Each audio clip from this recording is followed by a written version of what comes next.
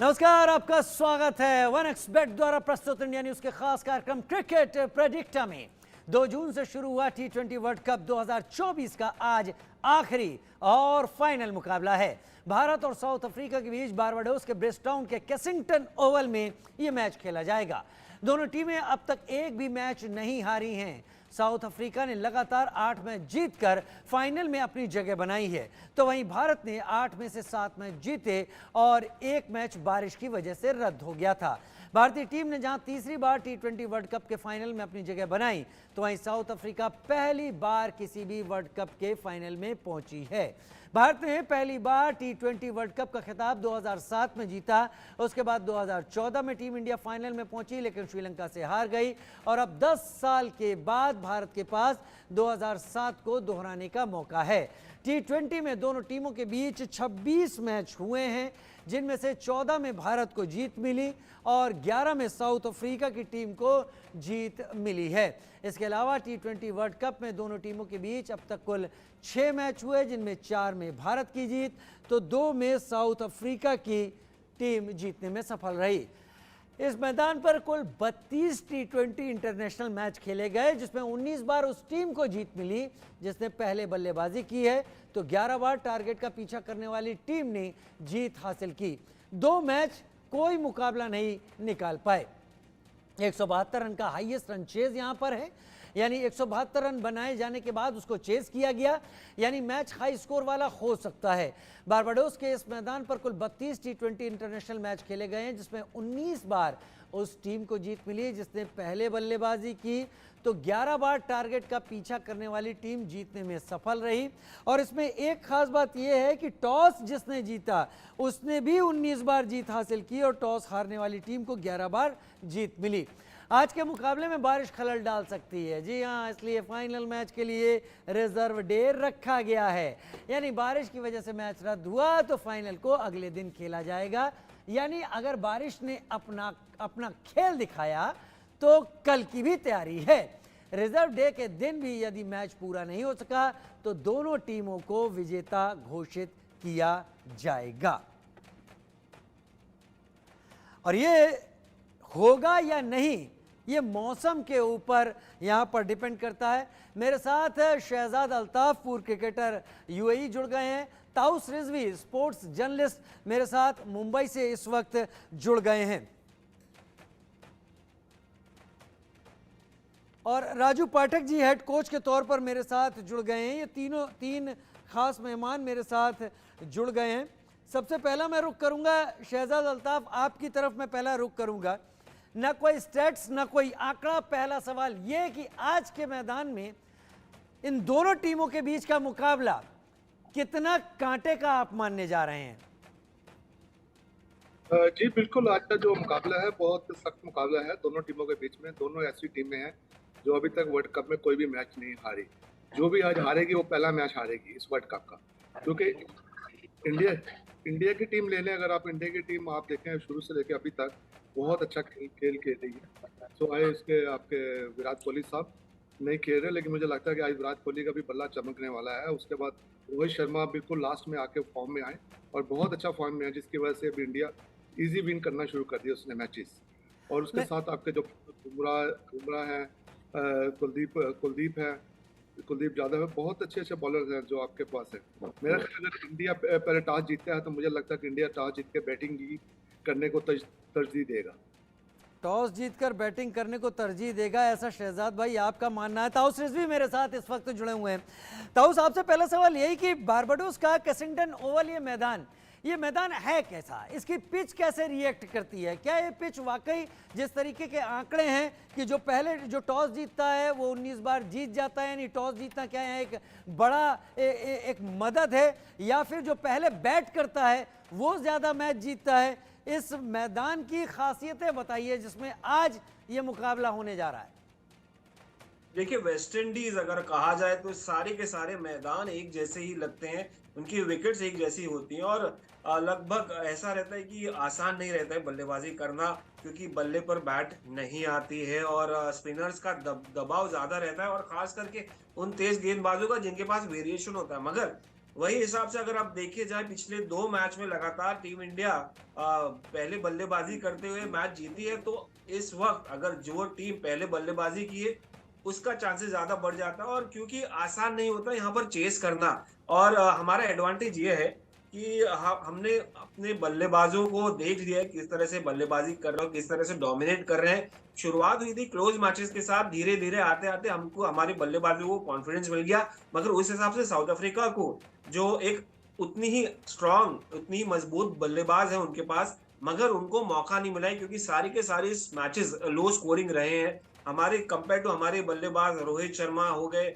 या सूर्य कुमार यादव ये हो गए, या हार्दिक पांड्या हो गए, या बीच बीच में शिवम दुबे या ऋषभ पंत, इनका फॉर्म एक के बाद एक आता रहा है, स्कोर्स परफॉर्मेंसेस डिलीवर करते गए हैं। तो वो हिसाब से हमारी बल्लेबाजी ज्यादा मजबूत नजर आ रही है। और मैं यही कहना चाहूंगा कि पहली बल्लेबाजी करना, देखिए टॉस जो होता है वो किस्मत की बात होती है, वो डेस्टिनी की बात होती है। तो अगर आपके फेवर में गिरा तो बहुत ज्यादा चांसेस बढ़ जाते हैं कि आपको बल्लेबाजी करेंगे। और यही होगा कि अगर टॉस जो टीम जीती पहले, वो पहले बल्लेबाजी करेगी और उनके चांसेस बढ़ जाएंगे, क्योंकि आसान नहीं होता। तो और अगर 180 190 किया तो वो तो विनिंग टोटल हो जाता है, क्योंकि यहाँ पर चेस करना आसान नहीं है, बल्ले पर गेंद आता नहीं है। और यहाँ पर जितने भी आप साउथ अफ्रीकन बल्लेबाज देखे या टीम इंडिया के देखे, वो उनको मजा आता है जब गेंद बल्ले पर लगता है और आसानी से आता है। यहाँ पर मेहनत कुछ ज्यादा ही करनी पड़ती है, वेस्ट इंडीज में बल्लेबाजों को कुछ ज्यादा ही रुक के खेलना पड़ता है। और सबसे बेस्ट बात यह कि हमारे बंदों का कॉन्फिडेंस है और उन्होंने सीख लिया है कि यहाँ पर बल्लेबाजी कैसे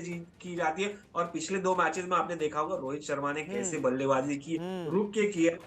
आज विराट से मुझे लगता है इस वक्त ये मैच विराट का हो सकता है, और ये मैच विराट अगर जिताए इससे मौका नहीं होगा, क्योंकि रोहित ने पिछले 2 इंपॉर्टेंट गेम्स इंग्लैंड ऑस्ट्रेलिया के सामने जिताए। यहाँ पर विराट की बारी है इस वक्त। और ब्रिज टाउन हो, यहाँ का मैदान हो फाइनल का, टीम इंडिया के पक्ष में हो सकता है, क्योंकि हमारी बैलेंस्ड टीम है और यहाँ पर जीतने के पूरा चांसेस हमारे बढ़ जाते हैं। तो उसमें भी आपके साथ हूँ, क्योंकि विराट एक नाम नहीं है, विराट एक संस्था की तरह है।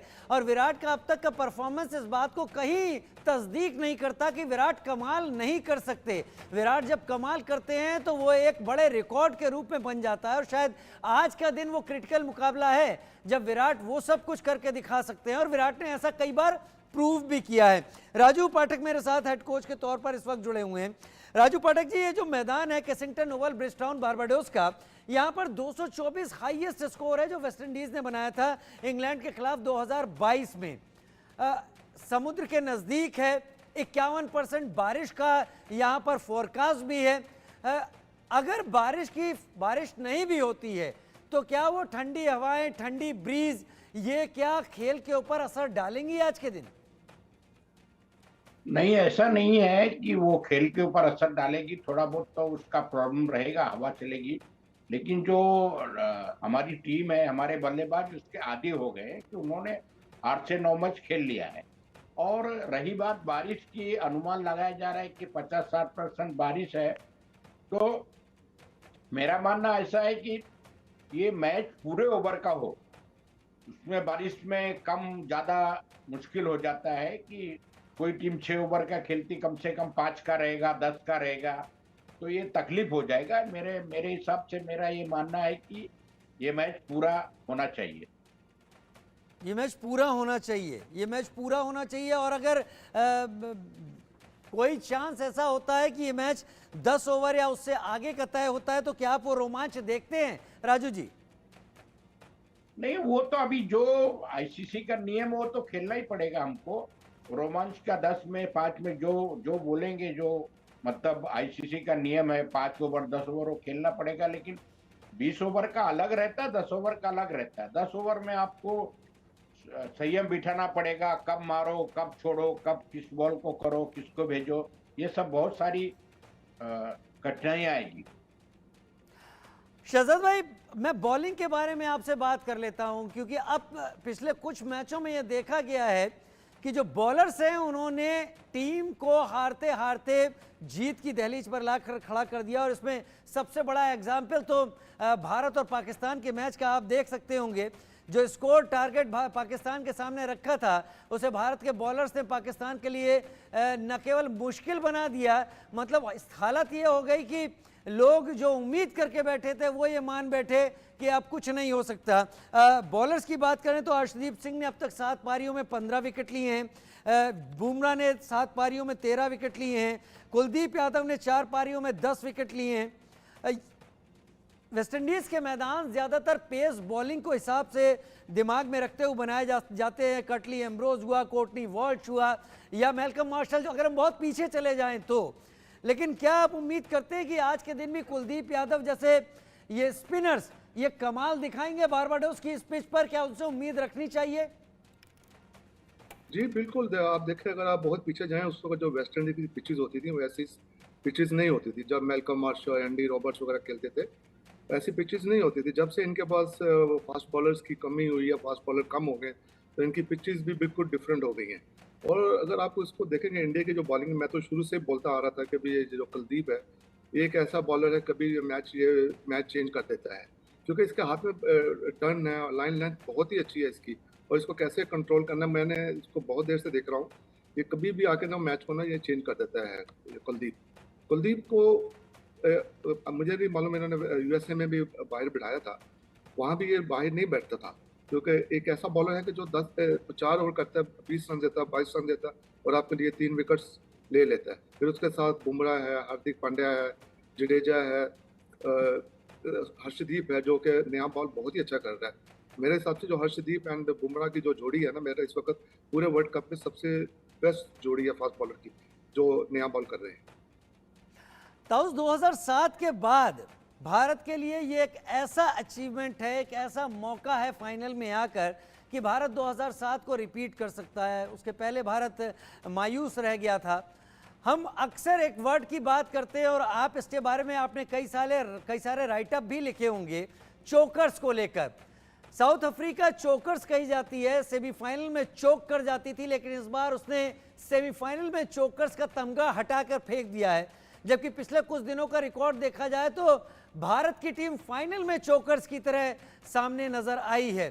तो दबाव किस पर आपको ताउस दिखेगा? वजह बताइए, क्या वजह ऐसी है जिससे आपको दबाव भारत पर दिखे या फिर साउथ अफ्रीका पर दिख रहा है?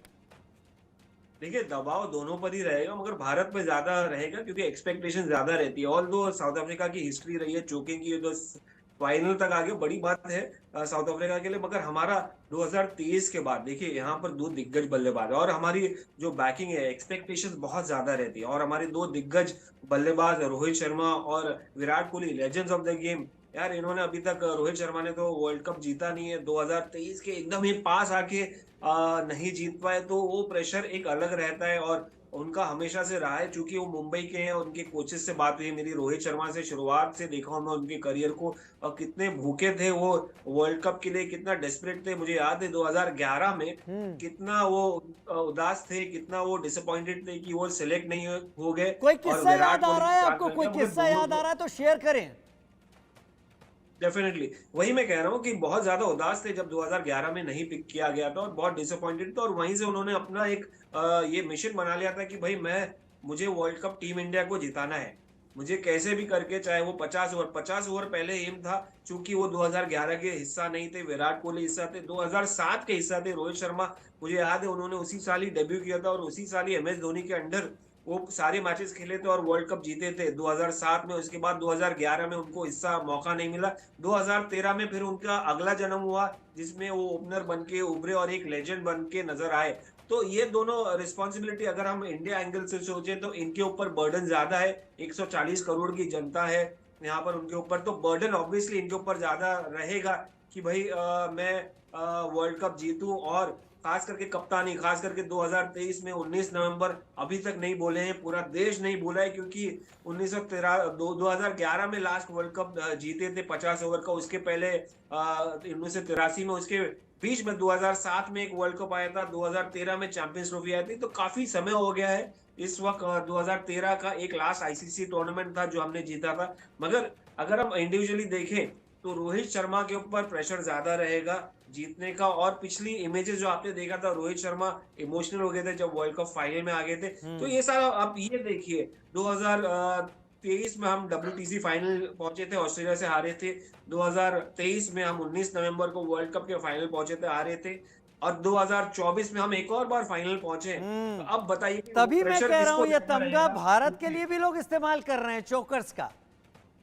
एब्सोल्युटली चोकर्स का टैग इस्तेमाल हो रहा है, बट मैं नहीं मानता हूं। देखिए, हमने काफी वर्ल्ड कप जीता है। चोकर्स तो अभी तक इनके ऊपर ही रहेगा, साउथ अफ्रीका के ऊपर, क्योंकि वो हिस्टोरिकली नहीं जीते हैं। हमारे पास तो 4-4 आईसीसी ट्रॉफीज आ गई है। मगर इस वक्त प्रेशर मैं कहूंगा ज्यादा टीम इंडिया भारत पे रहेगा, और रोहित शर्मा पे रहेगा और विराट कोहली पे रहेगा। विराट कोहली ने T20 वर्ल्ड कप नहीं जीता है, रोहित शर्मा ने एज ए कैप्टन एक भी वर्ल्ड कप नहीं जीता है, तो प्रेशर इन दोनों पे रहेगा। रही साउथ अफ्रीका की बात, वो चोकर्स का टैग उनको मिटाना जरूरी है, क्योंकि इसके बाद क्या पता उनको मौका मिले या ना मिले। क्या पता मौका मिले ना मिले, इसका मतलब एक बात तो इशारा ताउस समझ में आ रहा है कि मुकाबला टक्कर का होगा, जान लगा देंगे दोनों तरफ के प्लेयर, क्योंकि दोनों अपने को उस तमगे से दूर ले जाना चाहेंगे और कम से कम ये कहना चाहेंगे कि हम इस खिताब के हकदार थे, हम कोई मैच नहीं हारे। हेड कोच के तौर पर राजू पाठक मेरे साथ जुड़े हुए हैं। राजू जी, क्या आज मैच पे जाने से पहले दोनों ही टीमों को लेकर मैं आपसे बात करूंगा, क्या बतौर हेड कोच अगर आप होते, क्या कोई चेंजेस करते इस फाइनल में ले जाने के पहले भारत की टीम में या साउथ अफ्रीका की टीम में? नहीं, उसमें चेंजिंग का तो कोई सवाल ही नहीं उठता है कि विनिंग कॉम्बिनेशन है, उस पर भी लोग ज्यादा भरोसा करते हैं कि विनिंग कॉम्बिनेशन है। लेकिन आप चेंज किसको करोगे? और माना कि विराट कोहली फॉर्म में नहीं है, लेकिन विराट कोहली एक बहुत बड़ा बैट्समैन है, वो किसी दिन भी आएगा तो पूरा हिसाब किताब कर सकता है। और मेरे को ऐसे उम्मीद है, आशा है कि वो फाइनल में अच्छी बैटिंग करेगा। और साउथ अफ्रीका भी वैसे, वो भी मतलब अभी तक कोई मैच हारी नहीं है, डायरेक्ट जीत जीत के सब मैच को आई है, तो उसके पास भी कोई ऐसा चेंजेस का नहीं है। जैसे कि डिकॉक है, हेनरी ग्रीजा है, एडम मार्करम है, क्लासन है, मिलर है, सब अच्छे अच्छे बैट्समैन है जो मैच का पासा पलट सकते हैं। बॉलर भी अच्छे हैं, गेंदबाजी उनकी, स्पिनर में तबरेज शमसी है, केशव महाराज है, रबाडा है। तो मेरे को ऐसा नहीं लगता है कि कोई चेंजिंग होगी। हाँ, अगर कभी कोई टीम में कोई इंजर्ड हो गया तो होने का चांस है, बाकी वैसा तो कुछ नहीं लगता कि कोई टीम में चेंजिंग होगी। किसी तरह की कोई फील्ड में आपको चेंजिंग नहीं लगती है? आपका मानना है कि जो टीमें हैं वो परफेक्ट हैं, पूरी तरह से बैलेंस्ड हैं। शहजाद भाई, फाइनल मैच है, दोनों ही टीमें एक दबाव में हैं। एक तो फाइनल का प्रेशर होता ही है, चाहे कितना भी कहा जाए कि हम प्रेशर में नहीं हैं, वो बैक ऑफ द माइंड चलता रहता है कि कहीं हम लूज कर गए तो, इस तरीके की चीज़ों से ओवरकम करने की प्लेयर कोशिश करता है। लेकिन क्या ऐसे मौके पर जिन प्लेयर्स ने कंसिस्टेंटली परफॉर्म किया है उनकी बात तो अलग, लेकिन जो नहीं कर पाए हैं, क्या उनके लिए ऑप्शन तलाशे जा सकते हैं? जी बिल्कुल, देखिए ये जो टीम है, इंडिया की टीम ना पूरी ऑलराउंडर्स की टीम है। अगर आप देखें इनके शुरू से लेके 8 नंबर तक, तो ऐसे बैट्समैन, अगर एक बैट्समैन नहीं चलता दूसरा चलता है। अगर इसमें ना पूरा आपको क्रेडिट देना पड़ेगा राहुल डेविड को। जैसी ये पिचेस थी आपकी, अगर देखें अमेरिका से लेके वेस्ट इंडीज तक, इतनी अच्छी पिचेस नहीं थी बैट्समैन के लिए बैटिंग करने के लिए। लेकिन लगता है कि उन्होंने फिर इनको बोला इंडियन टीम्स को कि आप पहले सेटल हो फिर मारने जाओ। इसलिए इंडिया की टीम देखें 170 180 कर रही है, कोई बड़ा टारगेट नहीं कर रही। लेकिन वो ऐसी पिचों में जो 170 है वो बहुत बड़ा स्कोर है। 170 180 अगर कर लेती है, क्योंकि एक तो एक राहुल डेविड का एक लास्ट मैच भी है, उनका एक वर्ल्ड कप है। तो मैं तो यही चाहूंगा कि किसी तरह इंडिया टीम जीते और राहुल डेविड को ये एक गिफ्ट दें उनको। उनके मेरे लगता है कि उसका रोहित का भी लास्ट मैच हो सकता है ये वर्ल्ड कप का, रोहित का भी होगा। और जैसे रोहित ने मेहनत की है, जैसी उसने कप्तानी की है, जो कप्तानी कर रहा है शुरू से लेकर अभी तक, मेरे लगता है उसको भी एक गिफ्ट मिलना चाहिए ये जीत की खुशी में। जीत की खुशी, आपने वो बात उठा दी जिस बात पर हम अभी आ नहीं पा रहे थे। राहुल द्रविड़, इसके बाद राहुल द्रविड़ छोड़ रहे हैं अपनी जिम्मेदारियों को, और आगे कौन उन जिम्मेदारियों को लेगा वो बात अलग है, लेकिन इससे बेहतरीन गिफ्ट और कोई नहीं हो सकता। आप लोगों से बस एक एक करके आप लोगों से शॉर्ट में मैं सवाल पूछना चाहूँगा। शहजाद भाई, आपसे ही शुरुआत कर लेता हूँ। कौन सा ऐसा टारगेट होगा, क्योंकि इस मैदान के ऊपर अब तक 224 रन हाईएस्ट बनाए गए हैं जो वेस्टइंडीज ने 2022 में इंग्लैंड के खिलाफ बनाए थे। आज के मैच में ऐसा कौन सा टारगेट होगा जो सेफ टारगेट कहा जा सके, चाहे वो भारत की तरफ से हो या साउथ अफ्रीका की तरफ से? देखिए, अगर तो साउथ अफ्रीका पहले बैटिंग करता है ना, तो उसको 200 प्लस करना पड़ेगा इंडिया को रोकने। अगर इंडिया पहले बैटिंग है तो इंडिया 180 190 करेगा ना, तो इंडिया की जो बॉलिंग है उनसे बहुत बेहतर है। जो रन उनके जो स्पिनर्स ले लें या फास्ट बॉलर्स ले लें, सब भी बहुत उम्दा बॉलिंग कर, लेकिन वो लोग भी अच्छी बॉलिंग कर रहे हैं। लेकिन मेरा ख्याल है अगर इंडिया पहले बैटिंग कर रहा है 180 प्लस करता है तो इंडिया के लिए जीत के लिए बहुत इजी हो जाता है। और साउथ अफ्रीका को 200 प्लस रन करने पड़ेंगे ताकि इंडिया को मैच जीतने के लिए। ताउस रिजवी, आपका क्या टेक है इस पर? सेफ टारगेट क्या होगा? देखिए, मैं शहजाद जी से सहमत हूँ। 180 190 हम बनाएंगे तो शायद जीतने के चांसेस बढ़ जाते हैं, क्योंकि यहाँ पर हमारी बॉलिंग डेफिनेटली मजबूत है। हमारे पास जसप्रीत बुमराह है, देखिए कोई मैच नहीं कर सकता वैसे गेंदबाज को। अर्शदीप सिंह फॉर्म में हाईएस्ट विकेट टेकर है। कुलदीप यादव जबरदस्त गेंदबाजी कर रहे हैं, और अक्षर पटेल को हम शायद भूल रहे हैं। ऐसे गेंदबाज है जो रन भी नहीं देते और विकेट भी ले लेते हैं। और अभी तक आपने रविंद्र जडेजा का फॉर्म नहीं देखा। तो 180 190 can be a good total. वैसे मैं चाहूंगा टॉस जीत के बल्लेबाजी करना, मगर ये तो किस्मत की बात होती है। और अगर हम चेस कर रहे हैं तो हमको कम से कम 150 तक उनको सिमटा देना है, क्योंकि आसान नहीं है बल्लेबाजी करना, चेस करना विकेट पे ब्रिज टाउन नहीं। ये मैं फिर पूछूंगा। पहले मैं राजू जी के पास चला जाता हूँ। राजू पाठक जी, आपको क्या लग रहा है आज के मैच में? हालांकि नेल वो जो दांत काटी जो वो मैच देखने की जो आदत होती है कि क्या होगा कुछ इस तरीके से लोगों की हालत हो जाती है, मुझे लगता है वही तस्वीर उभरने वाली है। लेकिन फिर भी आपको क्या लग रहा है, सेफ टारगेट क्या होगा किसी भी टीम के लिए जीतने के लिए? भारत और साउथ अफ्रीका दोनों के लिए बताएं। देखो, पहला ऐसा है कि टॉस का मसला है, तो टॉस का मसला अपने हाथ में नहीं रहता। टॉस तो जो होएगा वो जीतेगा। कौन, वो साउथ अफ्रीका भी जीत सकती, इंडिया भी जीत सकती। लेकिन मेरे हिसाब से साउथ अफ्रीका से थोड़ा इंडिया की बैटिंग स्ट्रांग है। तो साउथ अफ्रीका अगर पहले बैटिंग करती तो कम से कम उनको 200 205 बनाना पड़ेगा। और अगर भारत बैटिंग करता तो 180 175 इनफ हो जाएगा विनिंग के लिए, क्योंकि हमारे मतलब पास 20-25 रन का आप डिफरेंस दे रहे हैं इस मैच में दोनों में। हाँ, क्योंकि कुलदीप जो है, कुलदीप बहुत अच्छा बॉलर है और बहुत आराम से डालता है। ठीक है, पेस नहीं करता है। चलिए, बारबाडोस केसिंगटन ओवल ब्रिजटाउन में हो रहा है ये मैच। भारत और साउथ अफ्रीका के बीच आज होगा और शाम को ये पता चलेगा कि चोकर्स का ताज कौन पहनता है। क्या एक बार फिर साउथ अफ्रीका के सिर चोकर्स का ताज आता है, या भारत फाइनल में जैसे खुद को साबित करने में पिछले कुछ बार से असफल रहा है वो चीज़ होती है। फिलहाल एक भारतीय होने के नाते और भारतीय फैंस की तरफ से हम सभी उम्मीद कर रहे हैं कि आज रोहित शर्मा अपने हाथों में इस ट्रॉफी को उठाएं। बहुत शुक्रिया, आप सभी हमारे साथ जुड़े, आप सभी का बहुत शुक्रिया। लेकिन नज़र लगी रहेगी शाम को मैच शुरू होने पर, और इंडिया न्यूज़ ने भी खास तैयारी कर रखी है। शाम 6 बजे से आप लगातार ऑडियंस के साथ डिटेल रिपोर्ट, एक्सपर्ट के साथ हमारे लाइव शोज को